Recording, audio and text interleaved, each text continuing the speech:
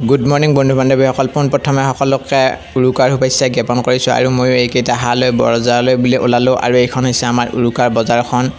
উৰুকাৰ বজাৰত হাঁহ বিক্ৰী কৰি থাকোঁতে চাওকচোন নিউজ 18 আছাম নৰ্থ ইষ্টৰ সাংবাদিকে আহি মোৰ পৰা বাইট ল'লে, মানে হাঁহৰ দাম সুধিলে আৰু কিমান হৈছে তেনেকুৱা।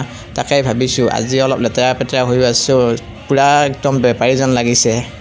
দে আৰু কি কৰিব, উপায় নাই।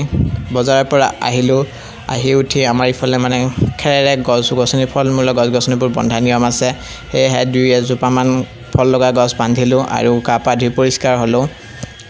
আৰু আমাৰ আজি খাদ্যৰ তালিকাত আছে ছাগলী মাংস, গাহৰি, হাঁহ, যিহেতু নিজেই বিক্ৰী কৰিছোঁ, হাঁহ আছে আৰু মাছ আছে।